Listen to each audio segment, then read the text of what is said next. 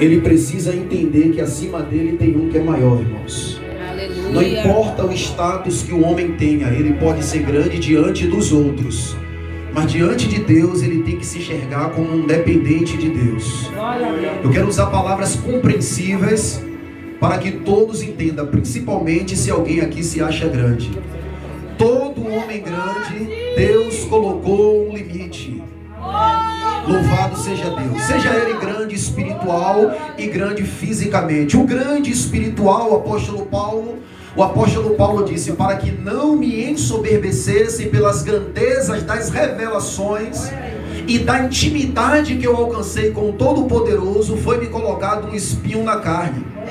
E cada um de nós, irmãos, temos um algo, se assim eu posso dizer, que venha nos despertar no meio da nossa caminhada, para que nós venhamos entender que a nossa dependência vem do Senhor. Glória a Deus. Porque esse texto que nós acabamos de ler está em um contexto de conflito. Por quê? Porque na época de Israel, aquele tempo era tempo de guerras. E a Bíblia diz que o rei da Síria, ele, como estava em constante conflito com Israel, a Bíblia diz que em um dos seus conflitos ele levou vantagem e conseguiu levar uma criada para a sua casa. Louvado seja Deus. Glória a Deus. Mas em todas as vitórias que Deus nos dá, em todas as vantagens que nós levamos, é para que nós venhamos aprender algo, irmãos. Glória a Deus. Não é para que nós venhamos usufruir daquela vitória, daquela bênção e esquecer da lição que Deus quer nos dar. E nos esquecer do processo, do percurso que Deus nos colocou para que venhamos nos aproximar com Ele. E a Bíblia diz que através daquela jovem, um comandante que era grande diante dos homens teve que ouvir o conselho de alguém que era pequeno. Porque no decorrer da nossa caminhada, Deus coloca pessoas que você aparentemente não enxerga como nada, porque talvez o nosso ouvido está encoberto, mas Deus coloca pessoas para nos direcionar pelo caminho da vida, pelo caminho da santidade.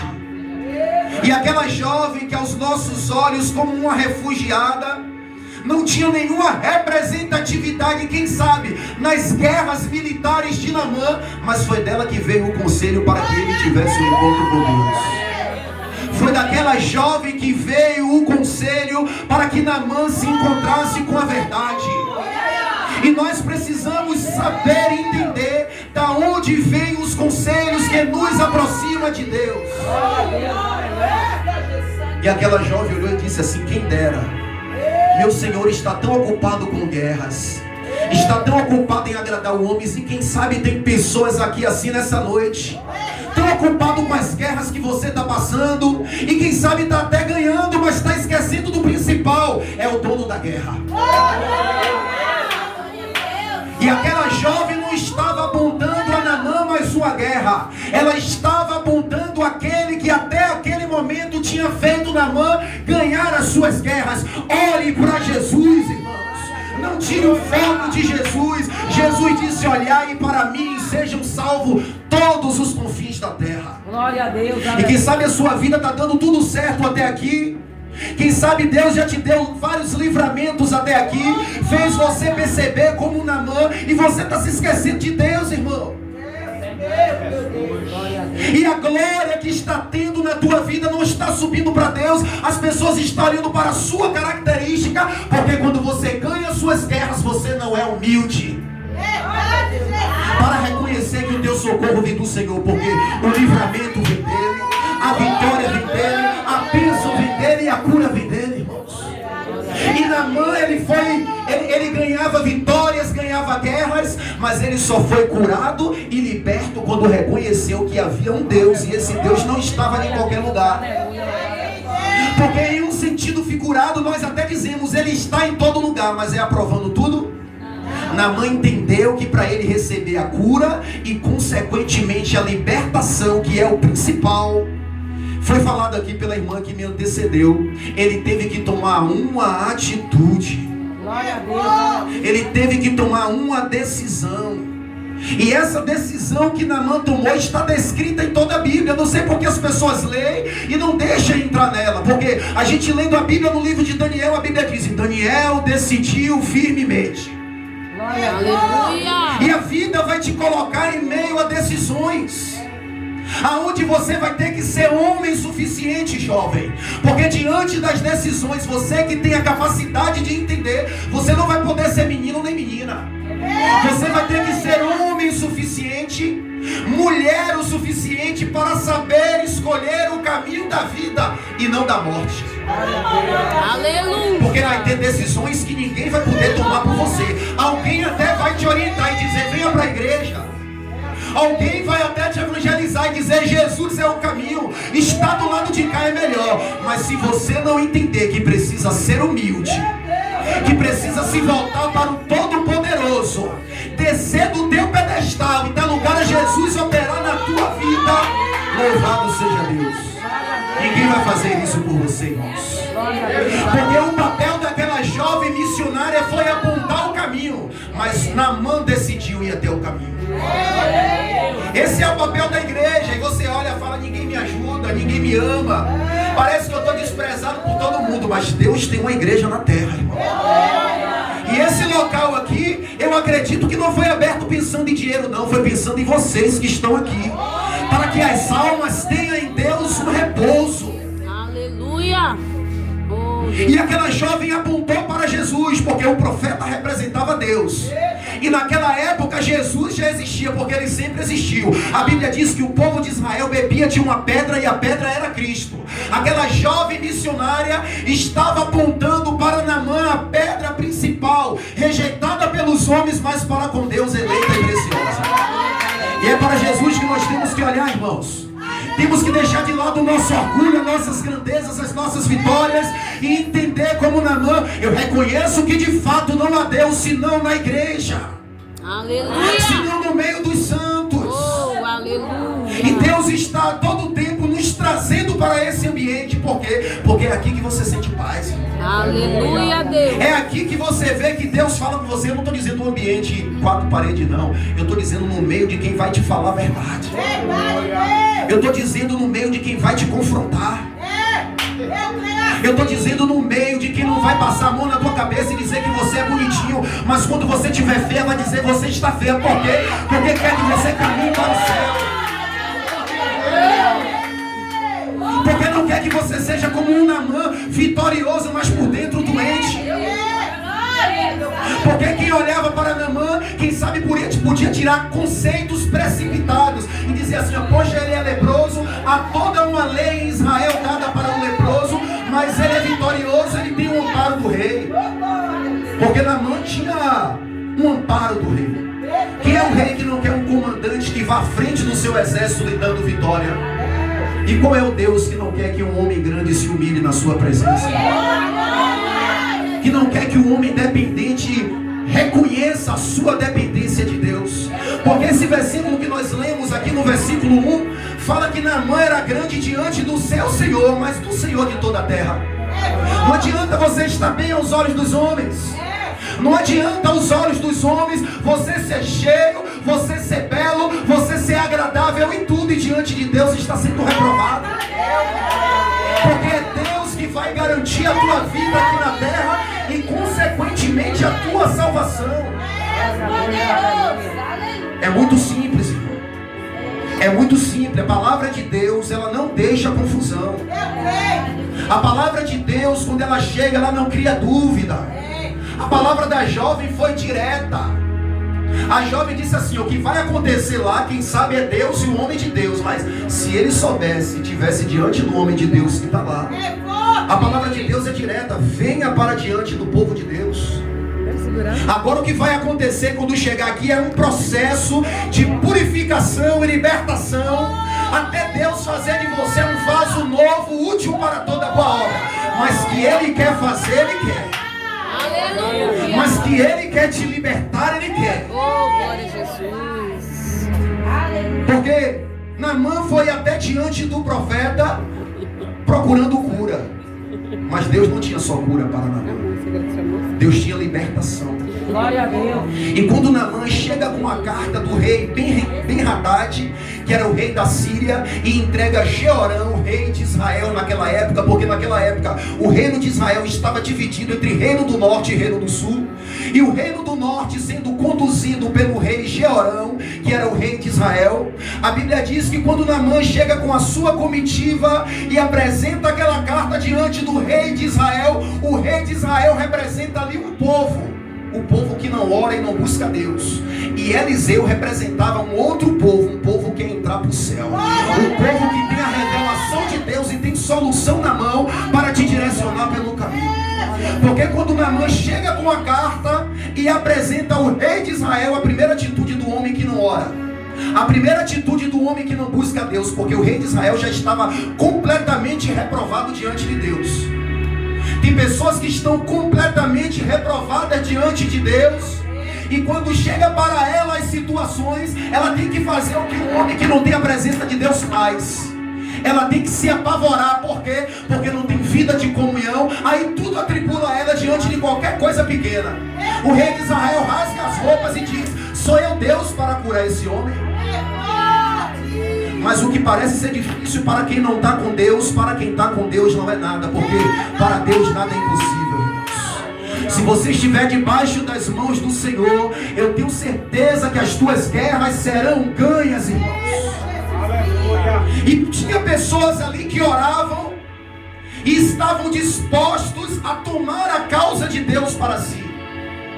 E enquanto tinha alguém que não tinha comunhão com Deus, que não orava, e qualquer tribulação tirava ele do sério, tirava ele da sua postura, que era o rei, Eliseu estava ouvindo. Mas quando o homem ora, o homem tem estratégia. Quando o homem ora, as coisas estão acontecendo ao redor dele, mas ele sabe o que vai fazer na situação, porque Deus é com ele. A questão de tudo é quando o homem está próximo do altar, irmãos. A questão de tudo é quando o homem está com a casa na rocha. Eliseu disse: por que o rei rasgou suas vestes? Manda vir a mim. Aleluia. E todos saberão que há Deus em Israel. Aleluia. E Naamã foi até o homem de Deus. Naamã, acostumado a ser honrado, acostumado a ser benquisto por todos, mas diante do homem de Deus, diante da mulher de Deus, você pode ser o presidente, você pode ser o deputado, você pode ser o prefeito, você pode ser o que for, mas diante do homem de Deus, a sua alma é tão preciosa quanto a dele. Glória a Deus, aleluia. E se fosse eu ali, ou você, ou qualquer um de nós, talvez, eu não estou afirmando, nós, para querer ter uma visão boa diante daquele comandante grande, nós iríamos sair lá e ia começar a ficar bajulando, e a glória ia acabar sendo dele, do homem. Mas quando Deus quer operar algo, Deus não bajula ninguém, irmãos. Porque quem mantém a obra de Deus não é o homem, é o próprio Deus. E uma prova disso foi que depois que Eliseu curou Naamã pelo poder de Deus, Eliseu disse: agora não é momento de aceitar nada, porque senão a glória vai ficar parecendo que é minha. Eliseu não foi lá baixo: não, meu filho, vem cá. E aquilo ali incomodou Naamã, ficou indignado, a ponto que Naamã pensou em desistir. Quando ele estava voltando, ele disse assim: eu pensei que ele ia sair, colocar a mão sobre o leproso, porque não são os rios lá de Damasco, Farfá, não são os rios de lá melhores do que o daqui, mas o ritual, irmão, não é o que salva, não é o que liberta, não é o que cura, é a fé seguida de obediência. O que salvou, o que curou Naamã não foi o mergulho na água, foi ele ouvir a voz de Deus. Porque se ele tivesse voltado dias antes ou depois, naquele mesmo rio ali, e pulado 7 vezes fora da palavra de Deus, nada acontecia. O que acontece nas nossas vidas, que faz as bênçãos fluir, que faz o negócio se desenrolar, não é o fato de nós fazermos ou não fazermos, é o fato de estarmos em obediência à palavra de Deus. Bem-aventurado é o homem que teme ao Senhor. A palavra de Deus é tudo na nossa vida, irmãos. Aleluia. O homem que não entende o valor que tem a palavra de Deus, ele vai duvidar como Naamã, e ele vai dizer: poxa, não tinha outra coisa melhor. Não, mas a palavra está nos direcionando pelaquele caminho. A palavra está nos despertando, nos apontando aquele caminho. Aí Deus coloca outra pessoa para aconselhar Naamã. O quanto que Deus tem falado conosco, que nós temos endurecido o coração, a ponto que Deus está usando pessoas que às vezes é até ímpio. É forte, verdade. E Deus faz com que aquele servo de Naamã fale assim: vem cá, se ele te pedisse alguma coisa difícil, tu não fazia? É só mergulhar, é só obedecer. Aleluia. Crer, obedecer e ser humilde. Eu sei que é difícil de a gente se desfazer daquilo que a gente construiu como certo, irmão. Mas diante de Deus nós temos que ser humildes, porque a Bíblia diz que Deus dá graça aos humildes. Aí agora aquele homem que é grande, quando Eliseu deu as diretrizes para Naamã, sem bajular, sem puxar saco, Naamã foi, obedeceu, voltou curado. Aí agora ele reconheceu quem era o único e verdadeiro Deus. Glória a Deus, aleluia. É quando nós cumprimos tudo, irmão. Enquanto que você está resistindo ao chamado de Deus, enquanto que você está querendo ser o próprio Deus da tua vida, enquanto que você está querendo dar uma ajuda a Deus, como se Deus não soubesse o que Ele está fazendo, as coisas não acontecem, irmão. Porque o fim é melhor do que o começo.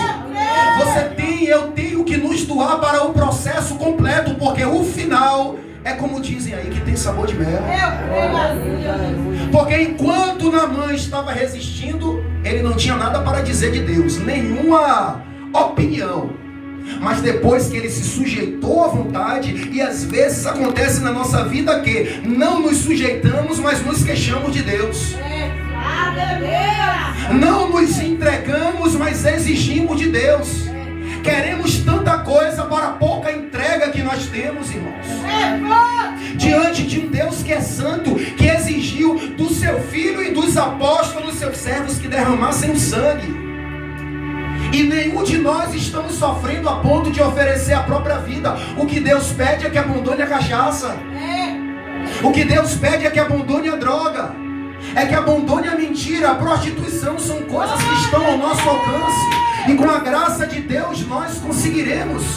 Aleluia. E porque enxergamos a palavra como algo tão difícil, como um fardo, só para não nos sujeitar ao que Deus nos pede.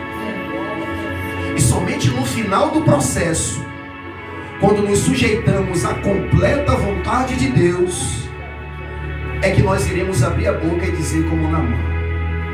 Até aquele momento eu pensava que era a minha grandeza, eu pensava que era a minha experiência militar em entradas e saídas de guerra, eu pensava que era porque eu era capitão de um exército, mas não, ele reconheceu. Eu reconheço que não há Deus senão em Israel. Aleluia. É daqui que vem a sua vitória, irmão. É da presença de Deus. É de estar com a casa diante do altar de Deus. Porque as opções estavam diante de Naamã. Ele já tinha sido orientado, ele já tinha opções a seguir. Ele não estava agora como mais desconhecedor de que havia um Deus, porque alguém já o havia evangelizado e dito: tem um Deus lá em Israel. Porque quando se apontava o profeta, se apontava o Deus do profeta. Aleluia. E quando alguém aponta para uma igreja, quando alguém aponta para um crente, não é que o crente possa fazer nada por você, nem por mim, mas o Deus que criou o céu e a terra pode. E isso é uma responsabilidade individual. Não existe aquela ideia do homem colocar a mão na sua cabeça e a sua vida mudar da noite para o dia. É um processo que Naamã teve que ter de renúncia, assim como ele fazia para ir para as guerras. Tinha que escolher a melhor espada, escolher os melhores ali do seu exército. Na vida com Deus, para que as bênçãos comecem a fluir, também é um processo. É todo dia nós negando a nós mesmos. Esse processo aí Naamã teve que passar. Porque é fácil para um homem que é general de um exército agora ter que se humilhar para o exército oponente para ir pedir uma cura. E tem pessoas que ainda conseguem ser pior do que Naamã, porque Naamã, mesmo sendo, vamos dizer assim, inimigo de Israel em um certo ponto, ainda assim se humilhou e foi pedir vitória ao inimigo, foi pedir cura. E muitos de nós às vezes precisamos de algo e dizemos assim: pô, mas não me dou muito bem com ele, não. ela tá no grupo, eu dei paz do Senhor, ela não respondeu, aí eu vou meter minha cara. É ela lá e eu cá, minha parte eu já fiz. E quantas coisas nós inventamos só para não ser humilde, sendo que Deus da graça é humilde. A cada ignorância, a cada rejeição que alguém faz por você, entenda, a cada rejeição que alguém faz por você é uma oportunidade que Deus está te dando de derramar a graça dele sobre você. Porque se Deus dá graça aos humildes, é a oportunidade que você tem de se reconciliar com ela. Foi ela que te feriu, foi ela que te magoou, mas no pensamento do Evangelho, é eu que tenho que ser humilde, porque a graça vem para mim. Deus dá graça aos humildes, e nós não entendemos o processo que Deus nos coloca para nos tratar. Irmãos, estamos em uma caminhada de aperfeiçoamento ao reino dos céus. Aleluia. Porque nós temos que entender que aqui não tem ninguém perfeito, irmão. Não é porque eu estou com o microfone agora que eu já estou pregando para vocês e não peco em nada que eu estou falando. Não peco em nada. Eu sou humilde em todo tempo. Eu tenho fé em todo tempo. Deveria ter, mas é assim? Não. Eu sou obediente em todo tempo. Deveria ser, mas é assim? Não. É porque nós estamos na caminhada pelo aperfeiçoamento. E nós temos que entender que aquela irmã, aquele irmão mais carnal do grupo, ele não abre mão da cor da farda, mas é Deus te tratando para que você abra a mão e deixe a vontade dele prevalecer, porque é dele quem trata é Deus. De Naamã quem tratou foi Deus, mas aquela alma Deus não perdeu. E Eliseu, no final da cura e da libertação de Naamã, Eliseu, quando Naamã chega para Eliseu e diz assim, ó, eu quero servir a esse Deus. Não valeu a pena suportar? Porque o apóstolo Paulo disse, eu sofro dores de parto para que Cristo seja gerado em um irmão. E todos nós sabemos que dores de parto não é de uma hora para outra, tem contrações, é a primeira, é a segunda, é a terceira, é a quinta, é a sétima, é a décima. Então o apóstolo Paulo está dizendo, eu tenho paciência, eu sou longânimo até que o irmão se converta de verdade. Por quê? Porque todos nós passamos pelo aquele caminho. É isso que é fé, é isso que é obediência, é isso que é humildade. Jesus não quer que nenhum de nós se perca. Glória a Deus. Ele disse, nenhum dos que vem a mim eu lançarei fora. Essa é a mensagem simples do Evangelho, irmãos. Eu tenho certeza que você não vai sair daqui com dúvida, porque o teu ouvido hoje não doeu. Nem pedir para levantar eu pedi, as suas pernas não cansou, só se você já veio cansado de casa. Como eu tive um dia exaustivo. Só para Deus dizer para você que Ele quer que você seja melhor. Que Ele quer que você se entregue completamente sem reserva. Que Ele não quer que você seja na presença dEle pela metade, porque vir e voltar qualquer endemoniado vem. Agora só filhos permanecem. Só quem tem sede do reino vem para um lugar desse, ouve uma palavra dessa, que ninguém está convidando ninguém para roubar, matar nem fumar, mas é para ter vida eterna e não quer permanecer. E eu não tenho que inventar, irmãos, eu não tenho que inventar. Eu sei que muitos hoje inventam um evangelho para convencer as pessoas que Cristo é melhor, mas eu digo aos irmãos, se a palavra for pregada e alguém não for convencido de que Cristo é melhor, verdadeiramente aquela pessoa está correndo um sério risco, irmãos. Então não deixe as oportunidades passar, faça como Naamã. Ainda que você esteja leproso, reconheça que ainda há um Deus que pode te curar e pode te libertar. Amém, irmãos? Eu quero encerrar minha oportunidade e aqui eu já agradeço em nome de Jesus.